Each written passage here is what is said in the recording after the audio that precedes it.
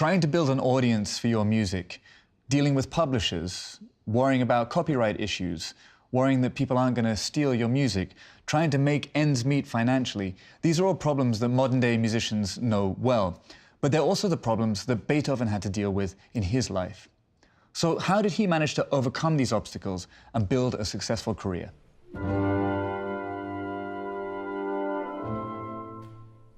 In many ways, Beethoven created a new profession for himself, the profession of the independent musician. Up until that point, his predecessors like Haydn and Mozart and Bach had been employees of either the church or the court. And while they were supported, they, to a degree, also had dictated to them what kind of music they should be writing.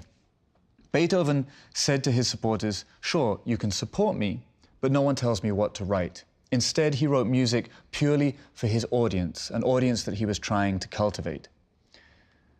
Alongside this, he, of course, also had to make ends meet. So he spent a lot of his time dealing with publishers about how he would sell them his music and where they would represent him. He also spent time arranging popular ditties for people to perform around the place because they would make him money. But ultimately, the way he established himself was through the power of his musical ideas. Beethoven built his career by being musically innovative. He challenged the orthodoxy wherever he could, and he drew audiences along with him through the power of his musical imagination. A good example of this is the First Symphony. It's in C major, and at the time it would be expected that the key would be stated clearly at the beginning of the work. This is what it would sound like. C major. Now, that option was open to Beethoven, and he knew this was a very important piece for him. So what does he do? Well, he does the opposite of what everyone would expect.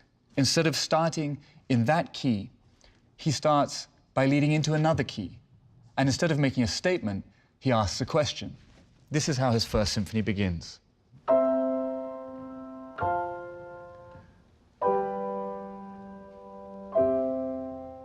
So he asks two gentle musical questions rather than making a big statement.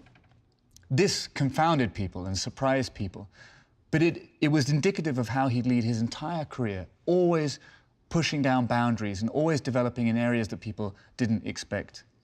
He built great symphonies, universes of music, great cycles of concertos and sonatas.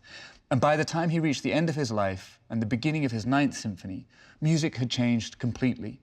Here it wasn't a question of stating a key or following a form. Instead, he created an atmosphere. He created a feeling. And that feeling at the beginning of the Ninth Symphony is nothing less than the beginning of mankind, a kind of primordial soup. This is how he articulated it in music.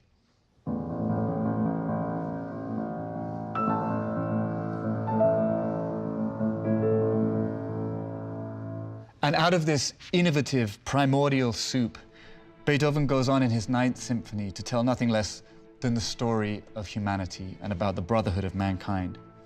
And in fact, that's what's extraordinary about his 9 symphonies. We see not only the development of a career and not only the development of Beethoven the man, but we see how he, through these symphonies, changed the course of musical history. I hope you've enjoyed this exploration of Beethoven's life. This coming September, the NAC Orchestra and I are going to be exploring all of his 9 symphonies in our Beethoven Focus Festival. I do hope you can join us and look forward to seeing you there.